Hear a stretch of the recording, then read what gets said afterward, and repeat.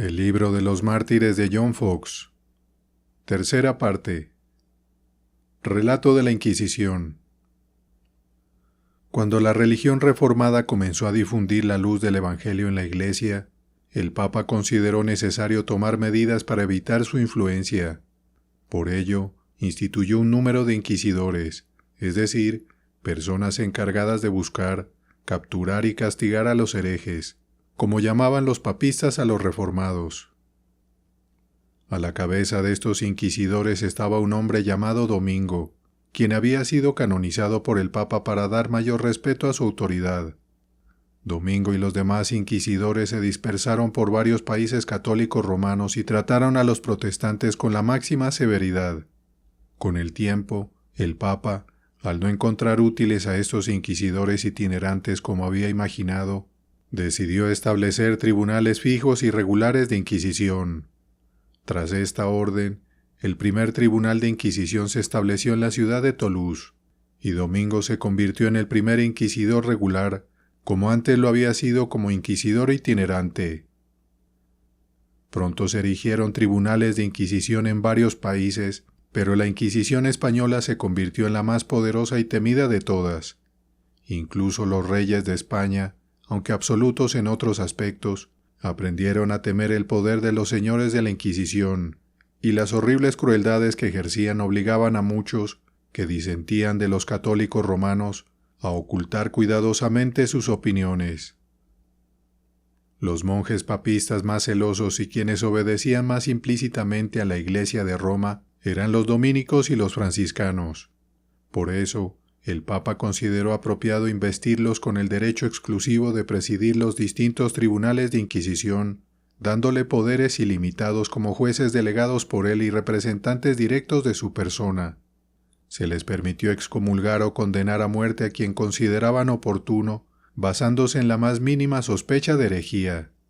También se les autorizó a publicar cruzadas contra quienes consideraran herejes, y a formar alianzas con los príncipes soberanos para unir fuerzas en sus campañas.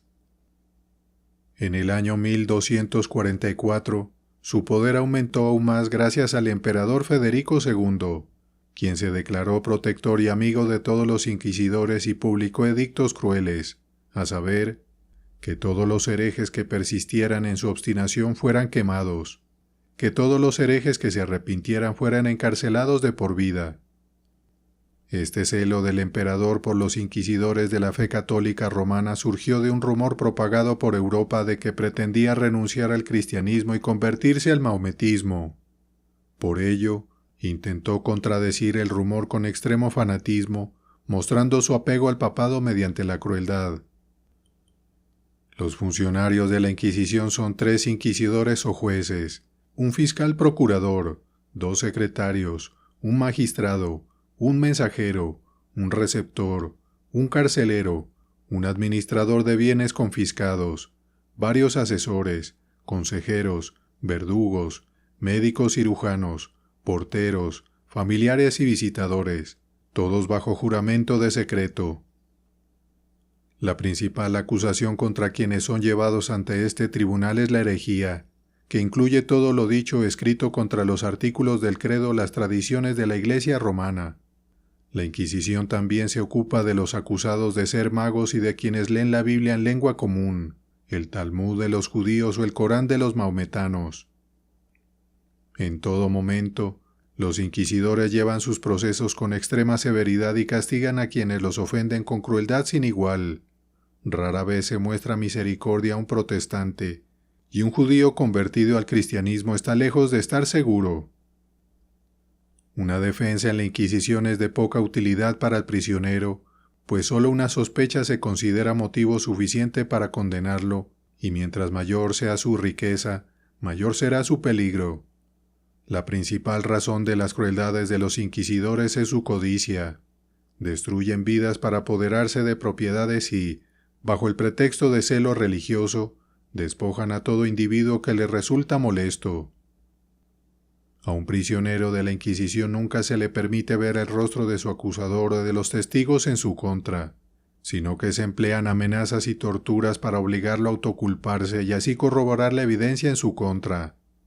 Si la jurisdicción de la Inquisición no es aceptada plenamente, se amenaza con venganza a quienes la cuestionan, pues oponerse a sus oficiales casi garantiza el sufrimiento por tal osadía. La máxima de la Inquisición es infundir terror y someter obediencia a quienes están bajo su poder. El alto nacimiento, rango distinguido, dignidad o empleos eminentes no protegen de sus severidades, y hasta los oficiales más bajos de la Inquisición pueden hacer temblar a los personajes más encumbrados. Cuando el acusado es condenado, se le azota severamente, se le tortura con violencia, se le envía a las galeras o se le sentencia a muerte. En cualquier caso, sus bienes son confiscados. Tras la sentencia, se realiza una procesión al lugar de ejecución, ceremonia llamada auto de fe. El siguiente es un relato de un auto de fe realizado en Madrid en 1682. Los oficiales de la Inquisición, precedidos por trompetas, timbales y su estandarte, marcharon el 30 de mayo en cabalgata hasta el Palacio de la Plaza Mayor, donde proclamaron que el 30 de junio se ejecutarían las sentencias de los prisioneros. De estos, 20 hombres y mujeres, junto con un maometano renegado, fueron condenados a la hoguera. 50 judíos y judías, que nunca antes habían sido encarcelados y se habían arrepentido de sus crímenes, recibieron sentencia de larga reclusión y la obligación de usar un gorro amarillo. Toda la corte de España estuvo presente en esta ocasión. La silla del gran inquisidor se colocó en un tribunal mucho más elevado que el del rey. Entre los condenados había una joven judía de exquisita belleza, de solo 17 años. Al estar en el mismo lado del cadalso donde estaba sentada la reina, se dirigió a ella con la esperanza de obtener un perdón, diciendo con patetismo: «Gran reina, ¿acaso vuestra presencia real no servirá de algo para mí en mi miserable condición? Tened consideración por mi juventud. Oh, pensad que estoy a punto de morir por profesar una religión que aprendí desde mi más tierna infancia». Su Majestad pareció compadecerse mucho de su aflicción, pero apartó la mirada, pues no se atrevía a decir una palabra en favor de alguien declarado hereje. Entonces comenzó la misa, en medio de la cual el sacerdote descendió del altar, se colocó cerca del cadalso y se sentó en una silla preparada para ello. El inquisidor general bajó entonces del anfiteatro, vestido con su capa pluvial y una mitra en la cabeza. Tras inclinarse ante el altar, avanzó hacia el balcón del rey, subió a él acompañado de sus oficiales, quienes llevaban una cruz, los evangelios y un libro que contenía el juramento por el cual los reyes de España se obligaban a proteger la fe católica, extirpar a los herejes y apoyar con todo su poder los procesos y decretos de la Inquisición. Un juramento similar se administró a los consejeros y a toda la asamblea. La misa comenzó alrededor del mediodía y no terminó hasta las 9 de la noche, prolongada por la lectura en voz alta de las sentencias de cada criminal, una tras otra. Después siguió la quema de los 21 hombres y mujeres, cuya entereza al enfrentar tan horrible muerte fue verdaderamente asombrosa. La cercanía del rey a los condenados hacía que sus gemidos agonizantes le fueran claramente audibles. Sin embargo, no podía ausentarse de esta escena espantosa, pues se consideraba un acto religioso, y su juramento de coronación lo obligaba a respaldar con su presencia todos los actos del tribunal. Lo que ya hemos dicho puede aplicarse a las inquisiciones en general, así como a la de España en particular. La Inquisición de Portugal sigue exactamente el mismo plan que la de España, habiendo sido instituido aproximadamente en la misma época y bajo las mismas regulaciones. Los inquisidores permiten que la tortura se use solo 3 veces, pero durante esas ocasiones se aplica con tal severidad que el prisionero o muere durante el suplicio o queda lisiado de por vida, sufriendo los dolores más intensos con cada cambio de clima. Daremos una descripción detallada de los tormentos causados por la tortura, basado en el relato de alguien que la sufrió las 3 veces, pero que afortunadamente sobrevivió a las crueldades que padeció.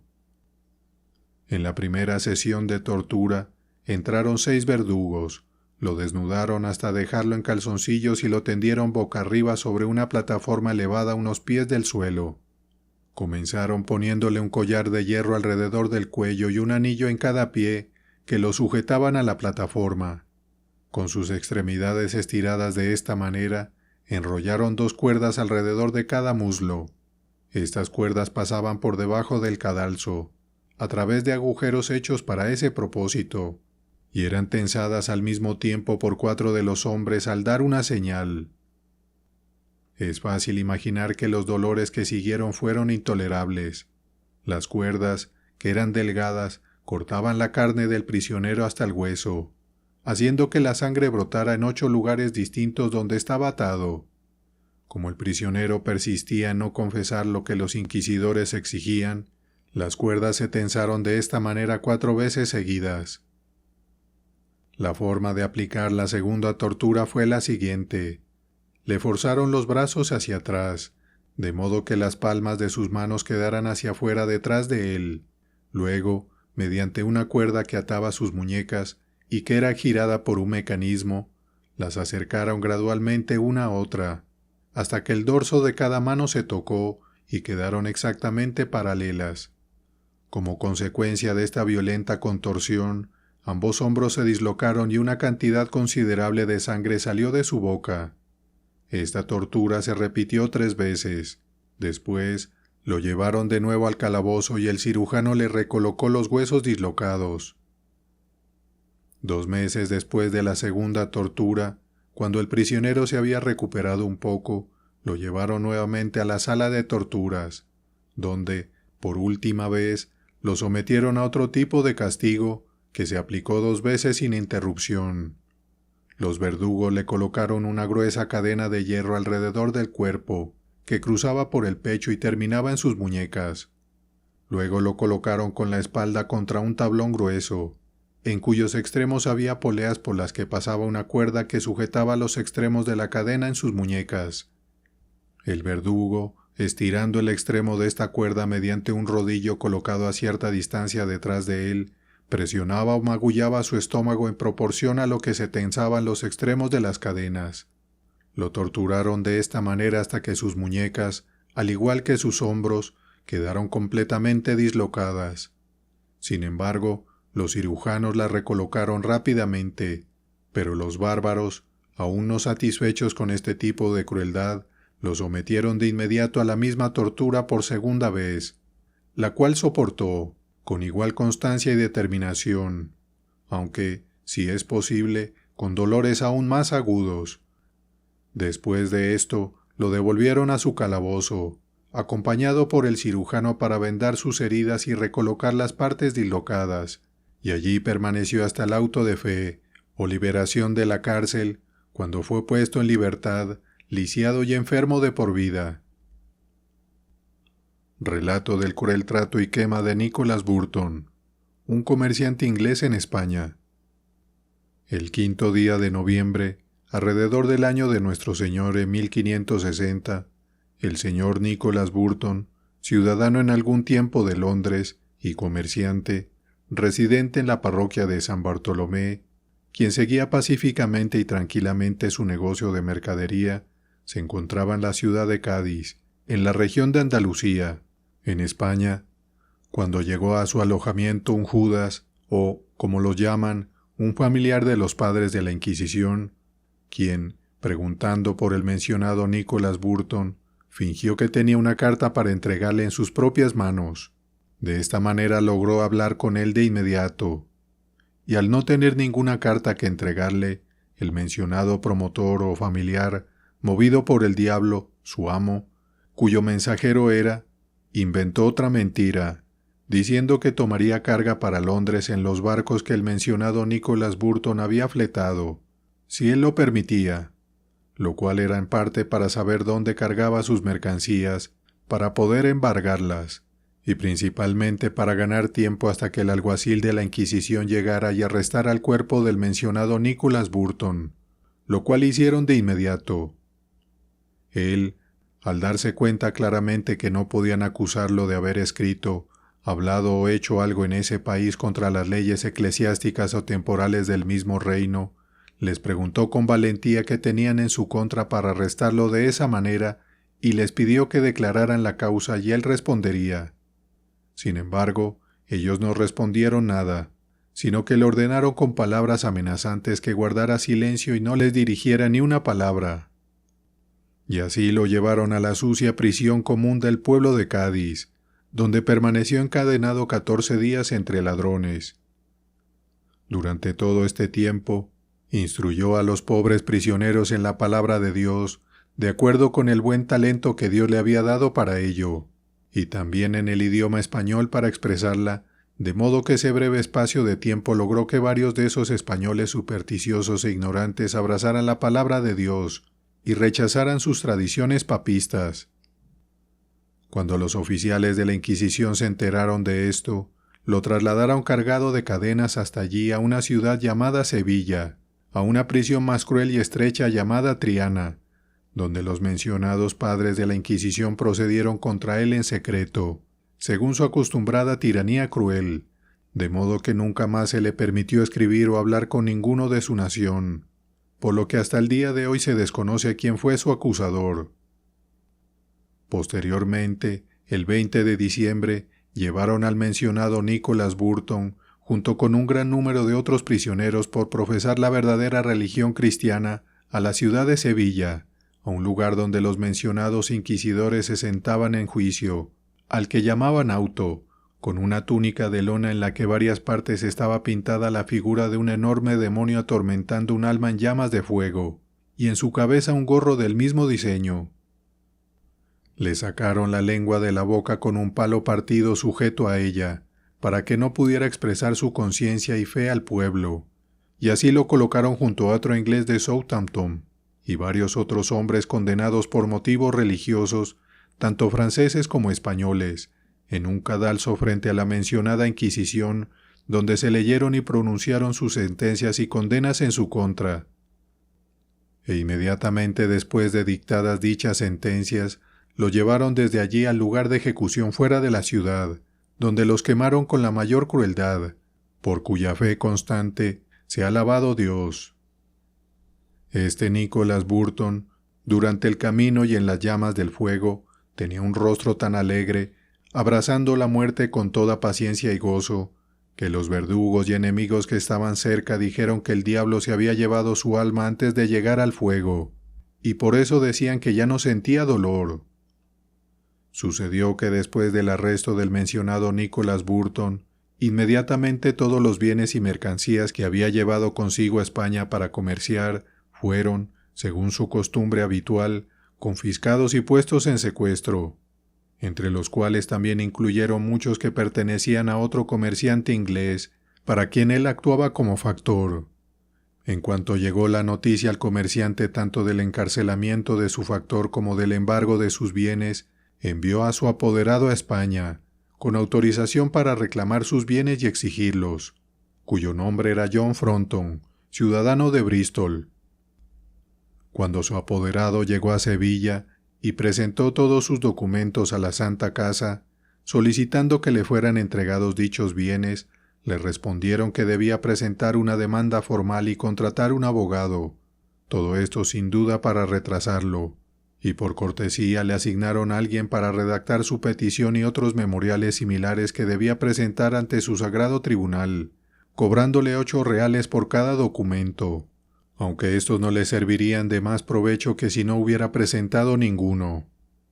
Durante 3 o 4 meses, este hombre no faltó ni una sola semana al palacio de los inquisidores, suplicándoles de rodillas que lo atendieran, especialmente al obispo de Tarragona, quien en ese momento era el principal de la Inquisición de Sevilla, para que con su autoridad ordenara la restitución de los bienes. Pero el botín era tan jugoso que resultó muy difícil recuperarlo. Finalmente, después de 4 meses enteros de trámites infructuosos, recibió esta respuesta, que debía presentar mejores pruebas y certificados más contundentes desde Inglaterra sobre este asunto, además de los que ya había presentado ante el tribunal. Ante esto, el hombre partió de inmediato a Londres y regresó rápidamente a Sevilla con cartas testimoniales y certificados más amplios y detallados, como se le había pedido, y los presentó ante el tribunal. Sin embargo, Los inquisidores siguieron evadiéndolo, excusándose por falta de tiempo y por estar ocupados en asuntos más importantes, postergando así otros 4 meses. Al final, cuando el hombre ya casi había gastado todo su dinero y por tanto insistía con más ahínco en que lo atendieran, remitieron el asunto completamente al obispo. Cuando acudió a él, éste respondió que, aunque él sabía lo que debía hacer, era solo un hombre y la decisión correspondía también a los otros comisionados. Y así, pasando la responsabilidad de uno a otro, el hombre no lograba ningún avance en su reclamo. Sin embargo, debido a su insistencia, decidieron atenderlo. Uno de los inquisidores llamado Gasco, muy experimentado en estas prácticas, le pidió que lo visitara después del almuerzo. El hombre, contento con la noticia y suponiendo que le devolverían sus bienes y que lo llamaban para hablar con el otro prisionero y ajustar cuentas, malinterpretando levemente una insinuación de los inquisidores sobre la necesidad de hablar con el prisionero, se presentó esa misma tarde. Apenas llegó, el carcelero recibió órdenes de encerrarlo inmediatamente en una celda asignada. El hombre, que al principio pensó que lo llamaban por otro asunto, al verse arrojado a un calabozo oscuro, contrario a sus expectativas, comprendió que las cosas no iban como había supuesto. 2 o 3 días después, lo llevaron ante el tribunal, donde intentó reclamar sus bienes. Pero como esto servía a sus propósitos y más trámites, le ordenaron que rezara un Ave María. Lo escribieron palabra por palabra mientras lo decía, y sin más discusión sobre sus bienes, pues era inútil, lo enviaron de vuelta a prisión y lo acusaron de herejía, porque no había dicho el Ave María al estilo romano, omitiendo la parte al final: Santa María, Madre de Dios, ruega por nosotros pecadores. Al abreviarlo, era evidente, según ellos, que no aceptaba la mediación de los santos. Así inventaron una excusa para mantenerlo en prisión más tiempo. Más tarde lo llevaron ante su tribunal, disfrazado según su costumbre, donde lo sentenciaron a perder todos sus bienes que reclamaba, aunque no eran suyos, y además a 1 año de prisión. Mark Brugges, un inglés y capitán del barco inglés llamado Minion, fue quemado en una ciudad de Portugal. William Hooker, un joven inglés de unos 16 años, fue apedreado hasta la muerte por algunos jóvenes en la ciudad de Sevilla, por la misma justa causa. Algunas atrocidades privadas de la Inquisición expuestas por un suceso muy singular. Cuando a principios del siglo presente se disputó la corona de España entre los príncipes que pretendían igualmente la soberanía, Francia apoyó a un candidato e Inglaterra al otro. El duque de Berwick, hijo natural de Jacobo II de Inglaterra, comandó las fuerzas españolas y francesas y derrotó a los ingleses en la famosa batalla de Almansa. El ejército se dividió entonces en 2 partes, una, compuesta por españoles y franceses al mando del duque Berwick, avanzó hacia Cataluña. La otra, formada solo por tropas francesas bajo el mando del duque de Orleans, procedió a conquistar Aragón. Cuando las tropas se acercaron a la ciudad de Aragón, los magistrados salieron a ofrecer las llaves al duque de Orleans, pero él les respondió con arrogancia que eran rebeldes y que no aceptaría las llaves, pues tenía órdenes de entrar a la ciudad por una brecha. Así que abrió una brecha entre los muros con sus cañones y entró por ella con todo su ejército. Una vez estableció las regulaciones necesarias, partió para someter otros lugares, dejando una fuerte guarnición al mando de su teniente general de legal. Este caballero, aunque criado como católico romano, estaba completamente libre de superstición, combinada con gran talento y con gran valentía, siendo a la vez un oficial hábil y un caballero refinado.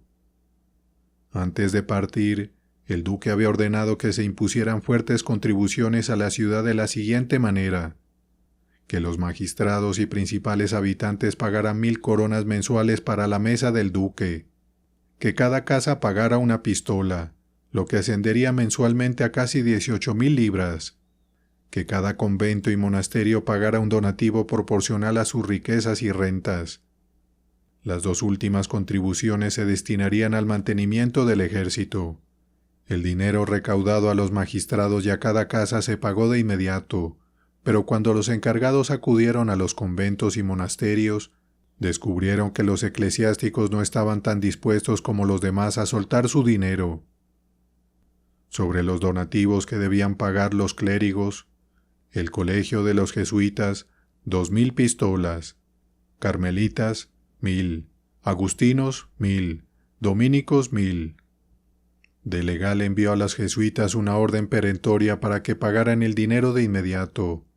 El superior de los jesuitas respondió que era contrario a las inmunidades eclesiásticas que el clero pagara dinero para el ejército, y que no conocía ningún argumento que autorizara tal proceder. De Legal entonces envió 4 compañías de dragones a alojarse en el colegio, con este sarcástico mensaje: para convencerlos de la necesidad de pagar, les he enviado 4 argumentos contundentes a su colegio, extraídos del sistema de lógica militar. Por lo tanto, espero que no necesiten más advertencias para guiar su conducta. Estas acciones dejaron perplejos a los jesuitas, quienes enviaron un mensajero expreso a la corte para hablar con el confesor del rey, que era de su orden. Pero los dragones fueron mucho más rápidos en saquear y causar estragos que el mensajero en su viaje. Así que los jesuitas, viendo todo al borde de la ruina, decidieron resolver el asunto amistosamente y pagaron el dinero antes del regreso de su enviado. Los agustinos y carmelitas, tomando advertencia de lo ocurrido a los jesuitas, prudentemente fueron y pagaron, evitando así el estudio de argumentos militares y la enseñanza de lógica por parte de dragones. Pero los dominicos, que eran todos familiares o agentes dependientes de la Inquisición, creyeron que esa misma circunstancia los protegería. Sin embargo, se equivocaron, pues de Legal no tenía ni respetaba la Inquisición. El superior de los dominicos le hizo saber al comandante militar que su orden era pobre y no tenía dinero para pagar el donativo. Toda nuestra riqueza consiste en las imágenes de plata de los apóstoles y santos de tamaño natural que están en nuestra iglesia, y sería sacrilegio removerlas. Esta insinuación buscaba aterrorizar al comandante francés, pues los inquisidores imaginaban que no se atrevería a ser tan profano como para desear poseer los preciosos ídolos. Sin embargo, él respondió que las imágenes de plata serían excelentes sustitutos del dinero y estarían mejor en su poder que en el de los dominicos, pues mientras las tienen así, están inmóviles en sus nichos, sin beneficio alguno para la humanidad o incluso para ustedes. Pero cuando estén en mi poder, serán útiles. Las pondré en movimiento, pues pretendo acuñarlas en monedas para que viajen como los apóstoles, beneficien diversos lugares y circulen para el servicio universal de la humanidad. Los inquisidores quedaron atónitos ante este trato, que nunca esperaron recibir, ni siquiera de monarcas. Decidieron entonces entregar sus preciosas imágenes en una solemne procesión para incitar al pueblo a la rebelión. Se ordenó a los frailes dominicos marchar hacia la casa de Legal con los santos y apóstoles de plata de manera lúgubre, con velas encendidas y gritando amargamente por el camino: «Herejía, herejía». De Legal, al enterarse, ordenó que 4 compañías de granaderos se alinearan en la calle que conducía a su casa. Cada granadero debía llevar su fusil cargado en una mano y una vela encendida en la otra, para así repeler la fuerza con fuerza, o si no, honrar la farsa solemnemente. Los frailes hicieron todo lo posible por provocar un tumulto, pero el pueblo, temeroso de las tropas armadas, no les hizo caso. Así que, por necesidad, las imágenes de plata fueron entregadas a De Legal, quien las envió a la Casa de Moneda para que fueran acuñadas de inmediato. Al fracasar el intento de rebelión, los inquisidores decidieron excomulgar a De Legal, a menos que liberara a sus santos de plata antes de que fueran fundidos. El comandante francés se negó rotundamente, diciendo que los santos viajarían y harían el bien. Entonces los inquisidores redactaron la excomunión y ordenaron a su secretario que se la leyera de Legal. El secretario cumplió su cometido y leyó la excomunión con calma y claridad. El comandante francés la escuchó con paciencia y cortésmente le dijo que respondería al día siguiente. Una vez el secretario de la Inquisición se fue, de legal ordenó a su propio secretario redactar una excomunión idéntica, pero con los nombres de los inquisidores en lugar del suyo. A la mañana siguiente, ordenó que 4 regimientos armados acompañaran a su secretario y actuaran según sus instrucciones. El secretario fue a la Inquisición y exigió ser admitido. Tras muchas discusiones, se le permitió entrar. Entonces, en voz alta, leyó la excomunión enviada por de legal contra los inquisidores. Los inquisidores presentes escucharon con asombro, pues nunca antes habían visto a alguien atreverse a actuar con tal audacia. Gritaron indignados contra de legal, llamándolo hereje y diciendo que era un insulto atroz contra la fe católica. Pero para sorprenderlos aún más, el secretario francés les dijo que debían abandonar sus aposentos, pues el comandante quería alojar tropas en la Inquisición, al ser el lugar más cómodo de la ciudad. Los inquisidores protestaron vehementemente, pero el secretario los puso bajo fuerte custodia y los envió a un lugar designado por de legal. Al ver cómo iban las cosas, los inquisidores rogaron que se les permitiera llevarse sus bienes personales. Partieron inmediatamente hacia Madrid, donde presentaron amargas quejas al rey. Pero el monarca les respondió que no podía hacer nada, pues los agravios venían de las tropas de su abuelo, el rey de Francia, cuyo apoyo era esencial para su reinado. Si hubieran sido mis propias tropas, las habría castigado, pero en este caso no puedo ejercer autoridad alguna. Mientras tanto, el secretario de legal abrió todas las puertas de la Inquisición y liberó a los prisioneros, que sumaban 400 en total. Entre ellos había 60 jóvenes hermosas que parecían formar un serrallo para los 3 inquisidores principales. Este descubrimiento, que dejaba al descubierto las atrocidades de los inquisidores, alarmó enormemente al arzobispo, quien pidió a de legal que enviara a las mujeres a su palacio para cuidar de ellas. Al mismo tiempo, publicó una censura eclesiástica contra quienes se burlaran o criticaran el santo oficio de la Inquisición. El comandante francés respondió al arzobispo que los prisioneros habían huido o estaban tan bien escondidos por sus amigos, o incluso por sus propios oficiales, que era imposible devolverlos. Por lo tanto, la Inquisición, habiendo cometido tales atrocidades, ahora debe enfrentar las consecuencias de su exposición.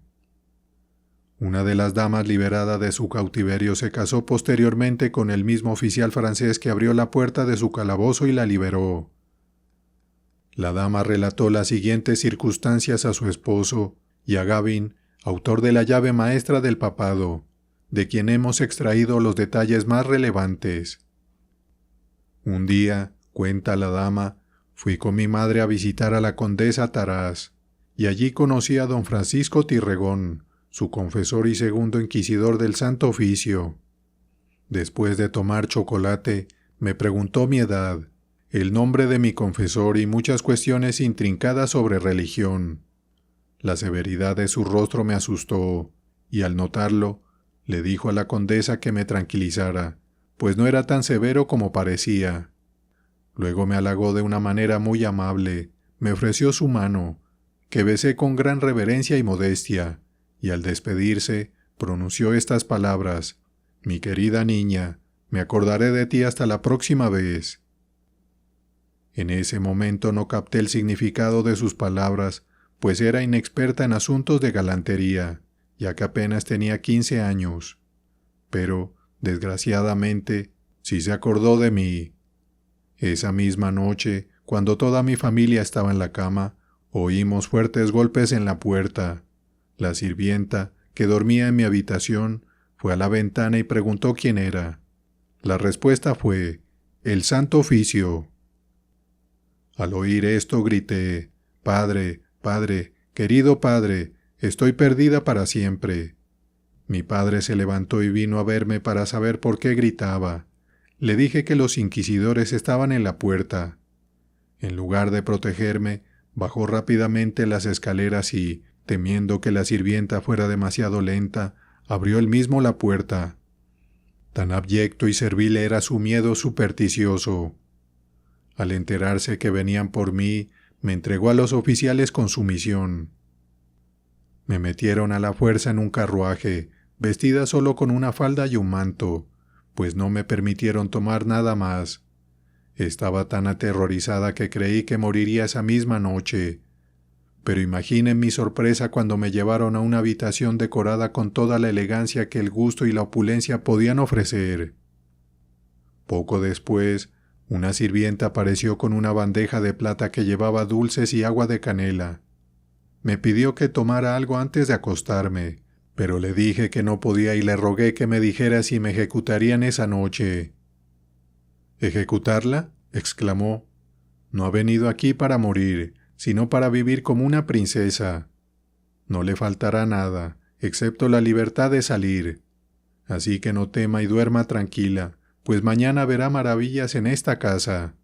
Y como me han elegido para ser su doncella, espero que sea muy amable conmigo. Intenté hacer más preguntas, pero me dijo que no podía responder nada más hasta el día siguiente, aunque me aseguró que nadie me molestaría. Voy a ocuparme de unos asuntos, dijo, pero volveré pronto, pues mi cama está en el gabinete junto al suyo. Se fue por unos 15 minutos y luego regresó.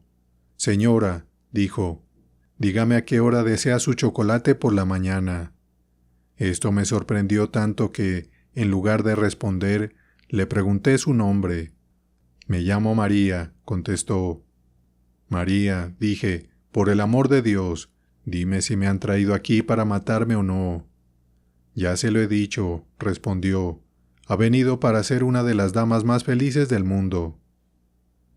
Nos acostamos, pero el miedo a la muerte me impidió dormir toda la noche.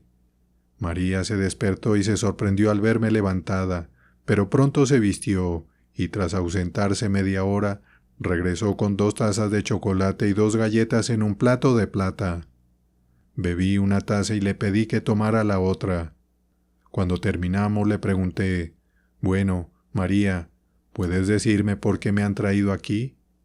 «Todavía no, señora», contestó, «debe tener paciencia». Y rápidamente salió de la habitación. Media hora después, trajo una gran cantidad de ropa elegante, adecuada para una dama de alta alcurnia, y me dijo que me vistiera. Entre varios adornos, noté con sorpresa una cajita de rape con un retrato de don Francisco Tirreguión en la tapa. Esto me reveló el misterio de mi encierro, y me hizo pensar cómo rechazar el regalo sin consecuencias. Si me negaba rotundamente, temí que me matarían de inmediato, pero aceptarlo sería animarlo contra mi honor. Al final, opté por un término medio y le dije a María, «Por favor, transmita mis respetos a don Francisco Tirregón y dígale que, aunque no pude traer mi ropa anoche, la modestia me permite aceptar estas prendas para mantenerme decente. Pero como no consumo rapé, espero que su señoría me excuse por no aceptar su cajita». María llevó mi respuesta y pronto regresó con el retrato de don Francisco, ahora engastado en oro y adornado con diamantes. El mensajero decía, «Su señoría cometió un error, pues no pretendía enviarle una cajita de rapé, sino su retrato». No sabía qué hacer, pero María me aconsejó, «Señora, acepte el retrato y todo lo que su señoría le envíe. Si se niega, él puede obligarla a hacer lo que quiera y matarla cuando le plazca, sin que nadie la defienda. Pero si es complaciente, será muy amable y usted vivirá feliz como una reina. Tendrá hermosos apartamentos, jardines para pasear y damas que la visiten. Así que le aconsejo que envíe una respuesta cortés o incluso que reciba su visita, o podría arrepentirse de su desaire». «Dios mío», exclamé, ¿debo sacrificar mi honor por miedo y entregar mi virtud a su poder despótico? ¡Ay, qué puedo hacer! Resistir es inútil. Si me opongo a sus deseos, la fuerza obtendrá lo que mi castidad rechaza. Caí en agonía terrible y le dije a María que respondiera como creyera conveniente. Ella se alegró de mi sumisión y corrió a informar a don Francisco, Minutos después regresó con alegría en el rostro y me dijo que su señoría me honraría con su compañía en la cena. Y ahora, señora, añadió, permítame llamarla ama, pues debo servirla. Llevo 14 años en el santo oficio y conozco todas sus costumbres, pero como el silencio me es impuesto bajo pena de muerte, solo puedo responder preguntas relacionadas directamente con usted. Le aconsejo que nunca se oponga a la voluntad del Santo Padre, y si ve a otras jóvenes, no les haga preguntas. Podrá divertirse con ellas, pero nunca les cuente nada. Dentro de 3 días cenará con ellas, y siempre tendrá música y otros entretenimientos. En fin, será tan feliz que no deseará salir, y cuando su tiempo expire, los santos padres la enviarán lejos y la casarán con algún noble. Tras decir esto, me dejó sumida en el asombro, sin saber qué pensar. Cuando me recuperé, busqué un gabinete y lo abrí. Estaba lleno de libros, principalmente de temas históricos y profanos, pero ninguno religioso. Escogí un libro de historia y así pasé el tiempo con cierta satisfacción hasta la hora de la cena. La cena fue servida con la mayor elegancia, con todo lo que podía satisfacer el apetito más exigente. Cuando terminamos, María se despidió y me dijo que, si necesitaba algo, solo debía tocar una campana que me señaló. Por la tarde leí un libro para distraerme y a las 7 de la noche, don Francisco vino a visitarme en bata y gorro de dormir, no con la gravedad de un inquisidor, sino con la alegría de un galán. Me saludó con gran respeto y me dijo que venía a verme para demostrar el gran aprecio que tenía por mi familia y para informarme que habían sido mis pretendientes quienes provocaron mi encierro, acusándome en asuntos de religión, que las declaraciones ya estaban tomadas y que la sentencia pronunciada era en mi contra, ser quemada en una sartén seca, con fuego gradual, pero que él, por compasión y amor a mi familia, había detenido la ejecución. Estas palabras fueron como puñaladas para mi corazón. Caí a sus pies y dije, «Ay, Señor, ¿ha detenido la ejecución para siempre?» «Eso depende solo de usted», respondió, y abruptamente me deseó buenas noches. En cuanto se fue, rompí en llanto. María entró y me preguntó por qué lloraba tan amargamente. «Oh, María, ¿qué significa eso de la sartén seca y el fuego gradual? Voy a morir así». «Señora», dijo, «no tema. Pronto verá la sartén seca y el fuego gradual, pero están hechos para quienes se oponen a la voluntad del Santo Padre, no para usted, que es tan obediente. Pero dígame, ¿fue don Francisco muy amable?» «No lo sé», respondí, porque me dejó fuera de mí con sus palabras. Me saludó con cortesía, pero se fue abruptamente. «Bueno», dijo María, «aún no conoce su temperamento. Es extremadamente amable con quienes lo complacen, pero si son desobedientes, es despiadado como Nerón. Así que, por su propio bien, procure agradarlo en todo. Ahora, querida señora, cene y tranquilícese». Fui a cenar, sí, y luego a la cama, pero no pude comer ni dormir. El pensamiento de la sartén seca y el fuego gradual me quitó el apetito y alejó el sueño. A la mañana siguiente, María me dijo, «Como nadie está despierto, si promete guardar el secreto, le mostraré la sartén seca y el fuego gradual». Me llevó escaleras abajo a una gran sala con una puerta gruesa de hierro que abrió. Dentro había un horno encendido, con una gran cacerola de bronce y una tapa del mismo material con candado. En la siguiente sala había una gran rueda cubierta por ambos lados con tablas gruesas, con una pequeña ventana en el centro. María me pidió que mirara adentro con una vela. Allí vi toda la circunferencia de la rueda que estaba llena de navajas afiladas, lo que me hizo estremecer. Luego me llevó a un pozo lleno de animales venenosos. Al expresar mi horror, dijo, «Ahora, mi buena señora, le explicaré para qué sirven estas cosas. La sartén seca es para los herejes y quienes se oponen al Santo Padre. Los meten vivos y desnudos en la cacerola, la tapa se cierra con llave, y el verdugo comienza a aumentar el fuego poco a poco hasta reducir el cuerpo a cenizas. Las ruedas para quienes hablan contra el Papa o los santos padres de la Inquisición. Los meten en la máquina a través de la rueda pequeña, que se cierra tras ellos, y luego se gira rápidamente hasta que quedan hechos pedazos. El pozo es para quienes desprecian las imágenes o se niegan a respetar a los eclesiásticos. Los arrojan allí para que sean devorados por las bestias venenosas. Regresamos a mi habitación y María dijo que otro día me mostraría más tormentos, pero yo estaba tan afectada que le rogué no ver más. Antes de irse, me advirtió: recuerde obedecer estrictamente a don Francisco. Si no cumple su voluntad, la sartén seca y el fuego gradual serán su destino. El terror que me causaron estas visiones y las palabras de María casi me dejó sin sentido, sumiéndome en un estado de estupor en el que parecía haber perdido toda voluntad propia. A la mañana siguiente, María anunció: ahora debo vestirla con elegancia, porque irá a desearle buen día a don Francisco y a desayunar con él. Cuando estuve lista, me condujo por una galería hasta sus aposentos, donde le encontré en la cama. Ordenó a María que se retirara y sirviera el desayuno en 2 horas. Cuando nos quedamos solos, me ordenó desvestirme y acostarme con él. La manera en que me habló y el terror que me embargaba me hicieron obedecer sin pensar, como si el instinto de supervivencia hubiera borrado todo pudor. Así, para evitar la sartén seca, me entregué a la infamia perpetua, y para escapar del temido fuego gradual, me abandoné a las llamas de la lujuria. ¡Qué alternativa tan miserable! Una muerte atroz o una mancha eterna. María regresó 2 horas después y nos sirvió chocolate de rodillas con sumisión. Luego me llevó a un lujoso aposento que daba a un hermoso jardín y un río. Me dijo que las jóvenes damas que había mencionado vendrían a saludarme antes de la cena, y me recordó ser discreta. Poco después entraron varias jóvenes hermosas y ricamente vestidas, que me abrazaron y me felicitaron. Una de ellas, al notar mi confusión, dijo: «Señora, la soledad de este lugar puede afectarla al principio, pero cuando descubra los placeres y diversiones que ofrece, dejará atrás esos pensamientos melancólicos.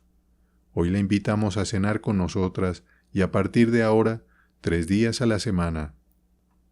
Agradecí en términos generales y fui a la cena, donde servían los platillos más exquisitos, frutas y dulces. Conté 52 damas, ninguna mayor de 24 años. Tras la comida, nos reunimos en una galería. Algunas tocaban instrumentos, otras jugaban cartas y el resto paseaba. A las 8, María tocó una campana y todas se retiraron a sus habitaciones, mientras yo era conducida de nuevo a la cámara de don Francisco. Los días siguientes siguieron el mismo patrón. Cada mañana me daban un vestido más lujoso. Las damas me visitaban con ropas aún más ostentosas, y las noches terminaban en la habitación del inquisidor. Así transcurría mi vida en aquel lugar, entre lujos forzados y sombras de terror. La mañana del 4.º día, María entró en la cámara de don Francisco y me dijo que debía levantarme de inmediato, pues una dama me esperaba en su propia habitación. Habló con una autoridad que me sorprendió, pero como don Francisco no pronunció palabra, me levanté y obedecí. María me condujo entonces a un lúgubre calabozo de no más de 8 pies de largo y me dijo con severidad: «Esta es tu habitación y esta dama será tu compañera de cama». Dicho esto, salió bruscamente, dejándome en la mayor consternación. Permanecí un tiempo considerable en las más terribles agonías hasta que las lágrimas vinieron en mi auxilio, y exclamé: «¿Qué lugar es este, querida señora? ¿Es un escenario de encantamiento o infierno en la tierra? ¡Ay, he perdido mi honor y mi alma para siempre!». La dama me tomó de la mano y dijo con tono compasivo: «Querida hermana, pues así te llamaré de ahora en adelante. Refrena tu llanto y tu dolor, pues con tal comportamiento solo conseguirás atraer una muerte cruel sobre ti. Tus desgracias y las de todas las damas que has visto son exactamente iguales. No sufres nada que nosotras no hayamos sufrido antes, pero no nos atrevemos a mostrar nuestro dolor por miedo a males mayores. Te ruego que tengas valor y esperes en Dios, pues Él seguramente nos librará de este lugar infernal. Pero asegúrate de no mostrar inquietud ante María, quien es el único instrumento de nuestros tormentos o consuelos. Ten paciencia hasta que nos acostemos y entonces me atreveré a contarte más del asunto. Mi perplejidad y aflicción eran indescriptibles, pero mi nueva compañera, llamada Leonora, logró que disimulara mi malestar ante María. Fingí bastante bien cuando ella vino a traernos la cena, aunque no pude evitar notar en mi interior la diferencia entre esta comida y las que había disfrutado antes. Esta consistía solo en alimentos simples y comunes, con una ración escasa, un solo plato y un cuchillo y tenedor para ambas, que María se llevó en cuanto terminamos de cenar. Cuando nos acostamos, Leonora cumplió su palabra y, tras mi solemne promesa de guardar secreto, comenzó a abrirme su corazón. Querida hermana, crees que tu situación es muy dura, pero te aseguro que todas las damas que están en la casa han pasado por lo mismo. Con el tiempo, conocerás todas sus historias, así como ellas esperan conocer la tuya. Supongo que María ha sido el principal instrumento de tu terror, como lo ha sido para nosotras, y apuesto que te ha mostrado algunos lugares horribles, aunque no todos, y que, al pensar en ellos, te aterrorizaste tanto que elegiste el mismo camino que nosotras para redimirte de la muerte.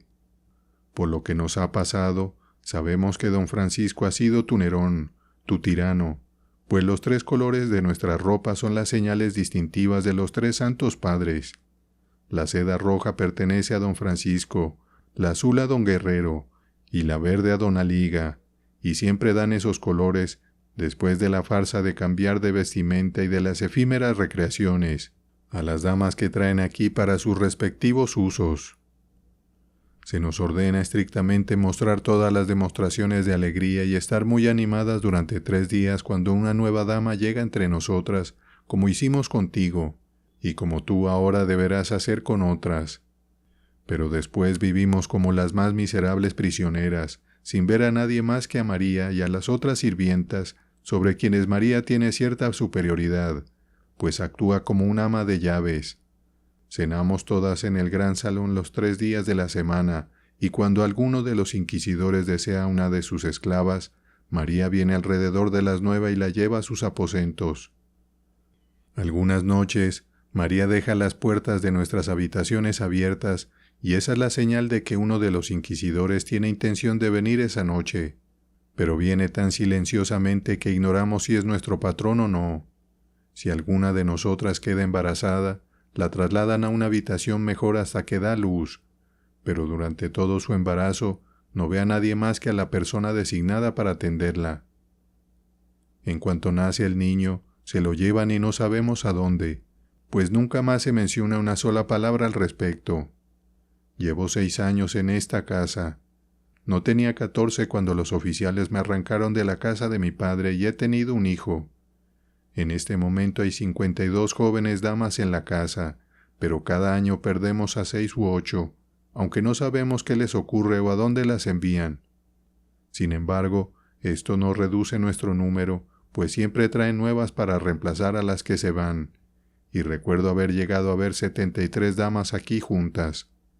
Nuestro tormento constante es pensar que, cuando se cansan de alguna de nosotras, seguramente matan a las que fingen enviar lejos, pues es natural suponer que tienen demasiada prudencia como para permitir que sus atrocidades y villanías infernales sean descubiertas al liberarlas. Por eso nuestra situación es verdaderamente miserable, y solo nos queda rogar que el Todopoderoso perdone los crímenes que nos vemos obligadas a cometer. Por tanto, querida hermana, ármate de paciencia, pues ese es el único paliativo que puede darte consuelo, y ten una firme confianza en la providencia del Dios Todopoderoso.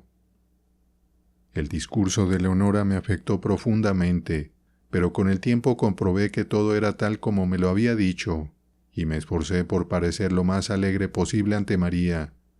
Así continué durante 18 meses en los cuales 11 damas fueron sacadas de la casa, pero en su lugar recibimos a 19 nuevas, lo que elevó nuestro número a 70, justo cuando los oficiales franceses nos liberaron felizmente y la providencia nos devolvió a los gozos de la sociedad y a los brazos de nuestros padres y amigos.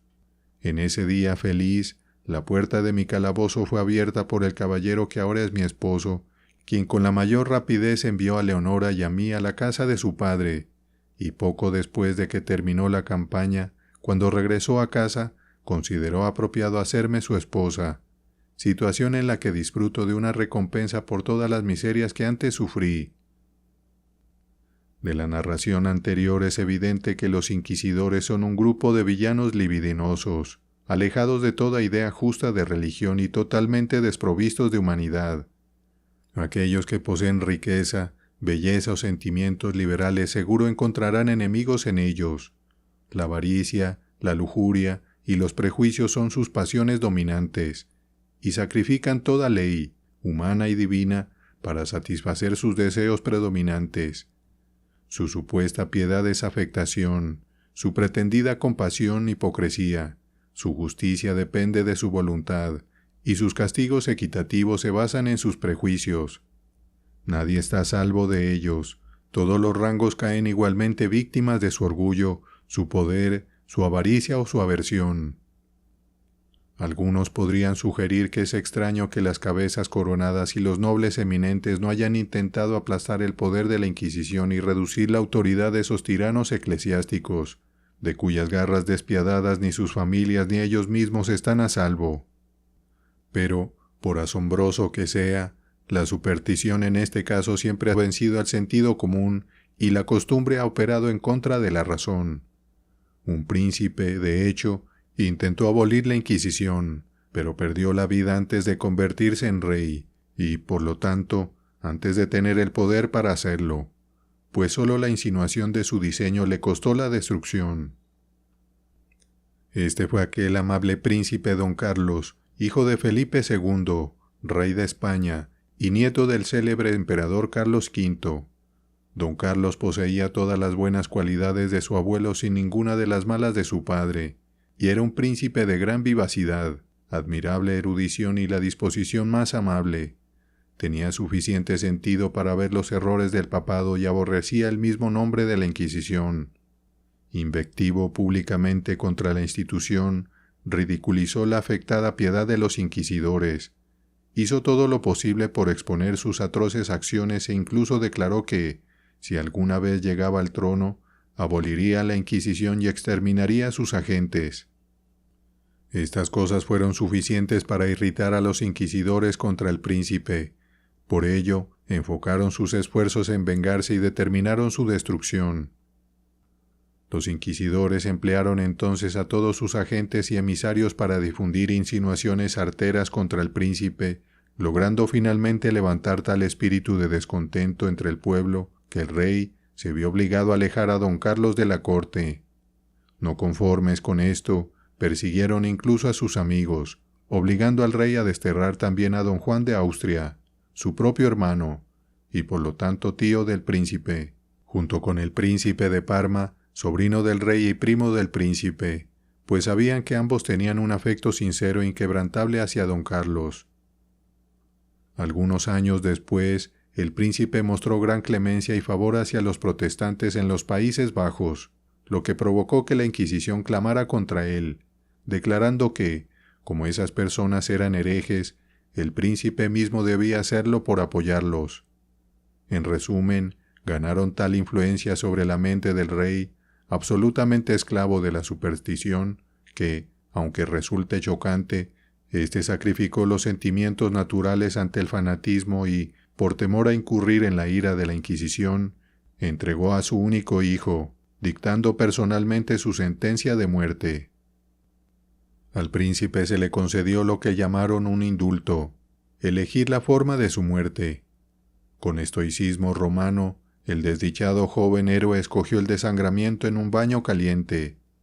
Tras abrirse las venas de sus brazos y piernas, expiró gradualmente, convirtiéndose en mártir de la malicia inquisitorial y la necia intolerancia de su padre. La persecución del doctor Egidio.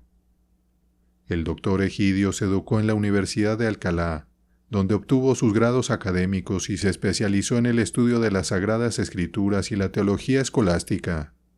Al morir el profesor de teología, fue elegido para suplirlo, ganando tal reputación por su erudición y piedad que su fama se extendió por Europa. Sin embargo, Egidio tenía enemigos que presentaron una denuncia ante los inquisidores. Estos lo citaron, y al presentarse, lo arrojaron a un calabozo. Como la mayoría de los miembros de la Catedral de Sevilla y muchas personalidades del Obispado de Dor apoyaban las doctrinas de Egidio, considerándolas conforme a la verdadera religión, intercedieron ante el emperador. Aunque educado como católico romano, el monarca tenía suficiente sensatez como para no ser fanático, por lo que ordenó su liberación inmediata. Poco después, Egidio visitó la iglesia de Valladolid, promoviendo con celo la causa religiosa. Al regresar, enfermó y murió en extrema vejez. Frustrados en su deseo de satisfacer su malicia contra él en vida, los inquisidores, aprovechando que el emperador estaba absorto en una expedición militar, decidieron vengarse de su cadáver. Ordenaron exhumar sus restos y tras un proceso legal, los condenaron a ser quemados, sentencia que se ejecutó puntualmente. La persecución del doctor Constantino. El doctor Constantino, íntimo amigo del mencionado doctor Egidio, era un hombre de habilidades excepcionales y erudición profunda. Además de varios idiomas modernos, dominaba el latín, griego y hebreo, y no solo conocía las ciencias llamadas abstractas, sino también las artes liberales. Su elocuencia lo hacía un predicador convincente y popular, cuyos sermones siempre atraían multitudes. Aunque tuvo oportunidades de ascender en la iglesia, la rechazaba sistemáticamente. Si se le ofrecía un beneficio eclesiástico más lucrativo, respondía: «Estoy contento con lo que tengo». Sus vigorosas prédicas contra la simonía irritaron a muchos superiores menos escrupulosos. Convertido al protestantismo por Egidio, predicaba audazmente doctrinas conformes a la pureza evangélica, libres de los errores introducidos en la Iglesia romana. Esto le granjeó numerosos enemigos, algunos decididos a destruirlo. Cuando el caballero de Escobaria fundó una escuela de teología, nombró al doctor Constantino como lector. Este comenzó a dictar clases sobre proverbios, eclesiastés y cantares, y estaba iniciando el libro de Job cuando fue arrestado por la Inquisición. En el interrogatorio, respondió con tal prudencia que no pudieron acusarlo directamente, pero el destino intervino cuando descubrieron sus libros. La mujer que los custodiaba, Isabela Martín, fue denunciada como protestante. Antes de que confiscaran sus bienes, su hijo escondió varios cofres con objetos valiosos, incluyendo los libros del doctor Constantino. Un sirviente traicionero informó a los inquisidores. Cuando el oficial fue a reclamar los cofres, el hijo, creyendo que solo buscaba los libros, los entregó voluntariamente. Así, los inquisidores obtuvieron material para acusar al doctor. Al presentarse sus propios escritos en un nuevo interrogatorio, Constantino reconoció su letra y justificó su contenido. En esto y todos mis escritos, nunca me apartaré de la verdad evangélica, sino que seguí los preceptos puros de Cristo como Él los entregó a la humanidad. Tras 2 años de prisión, el doctor Constantino murió de disentería. Sin embargo, el proceso continuó contra su cadáver, que fue quemado públicamente en el siguiente auto de fe. La vida de William Gardiner.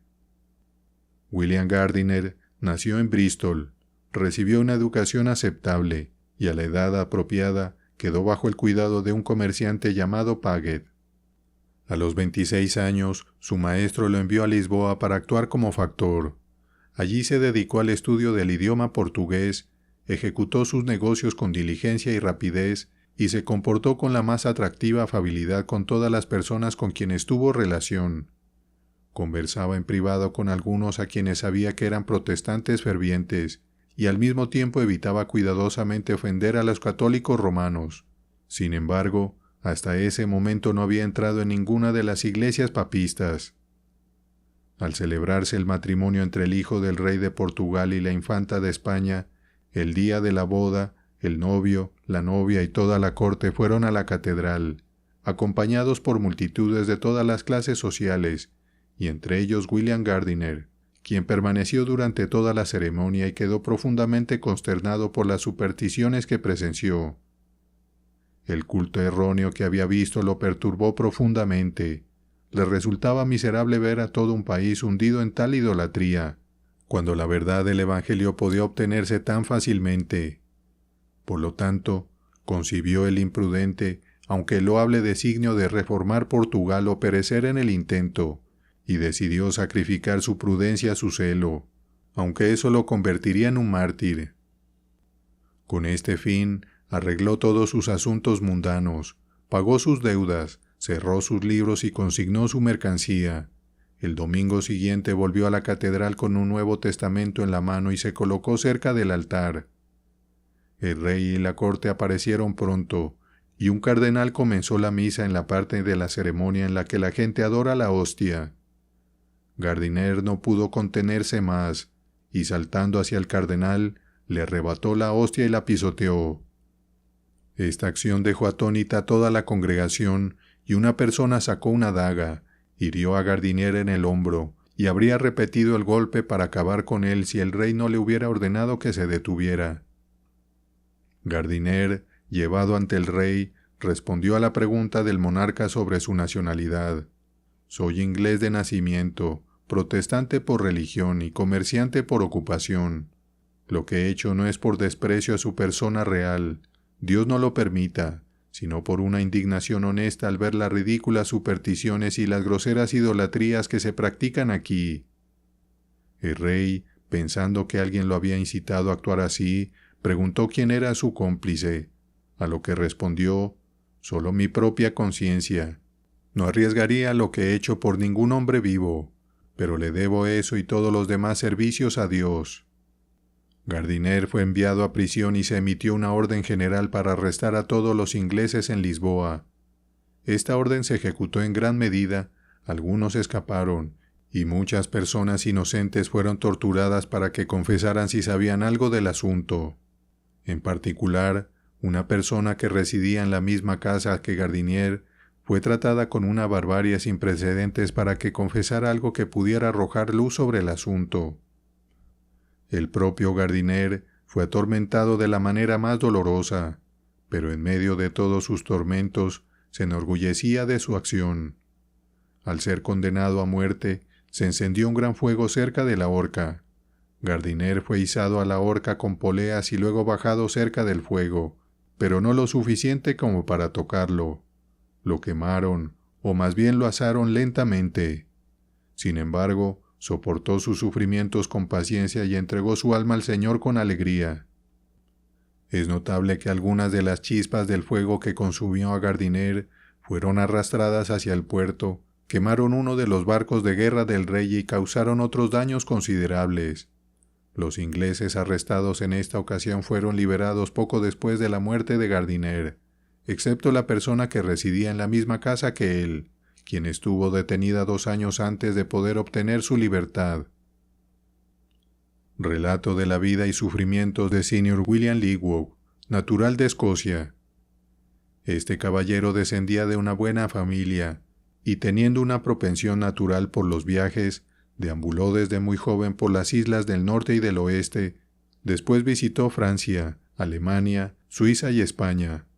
Comenzó sus viajes en marzo de 1609, y el primer lugar al que fue París, donde se quedó algún tiempo. Luego continuó sus viajes por Alemania y otras partes, y finalmente llegó a Málaga, en España, sede de todas sus desgracias. Durante su residencia allí, contrató con el capitán de un barco francés su pasaje a Alejandría, pero se lo impidieron las siguientes circunstancias. En la tarde del 17 de octubre de 1620, la flota inglesa, que en ese momento estaba en un crucero contra los corsarios argelinos, echó anclas frente a Málaga, lo que sumió a la gente del pueblo en la mayor consternación, ya que los imaginaban turcos. Sin embargo, la mañana reveló el error, y el gobernador de Málaga, al ver la cruz de Inglaterra en sus banderas, subió al barco de Sir Robert Mansell, quien comandaba esa expedición, y después de quedarse un rato regresó y calmó los temores de la gente. Al día siguiente, muchas personas de la flota desembarcaron. Entre ellas había varios conocidos por Sr. Lightwood, quienes, después de cumplidos recíprocos, pasaron algunos días juntos en festividades y diversiones del pueblo. Luego invitaron a Sr. Lightwood a subir a bordo y presentar sus respetos al almirante. Aceptó la invitación, fue recibido amablemente por él y retenido hasta el día siguiente, cuando la flota zarpó. El almirante habría querido llevar a Sr. Lightwood con él a Argel, pero habiendo contratado su pasaje a Alejandría y estando su equipaje en el pueblo, no pudo aceptar la oferta. Tan pronto como Sr. Lightwood llegó a tierra, se dirigió hacia su alojamiento por un camino privado, ya que debía embarcarse esa misma noche hacia Alejandría. Cuando al pasar por una calle estrecha y deshabitada, se encontró repentinamente rodeado por 9 alguaciles u oficiales, que le arrojaron una capa negra y lo condujeron a la fuerza a la casa del gobernador. Después de un rato, apareció el gobernador, y el señor Lightwood le rogó encarecidamente que le informara la causa de un trato tan violento. El gobernador solo respondió sacudiendo la cabeza y ordenó que el prisionero fuera vigilado estrictamente hasta que él, el gobernador, regresara de sus devocionales. Al mismo tiempo, ordenó que el capitán del pueblo, el alcalde mayor y el notario del pueblo fueran convocados para su interrogatorio, y que todo esto se hiciera con el mayor secreto, para evitar que los comerciantes ingleses residentes en el pueblo se enteraran. Estas órdenes se cumplieron estrictamente y al regresar el gobernador, junto con los oficiales, habiéndose sentado, llevaron a Sr. Lightwood ante ellos para interrogarlo. El gobernador comenzó haciendo varias preguntas. ¿De qué país era? ¿Hacia dónde se dirigía y cuánto tiempo llevaba en España?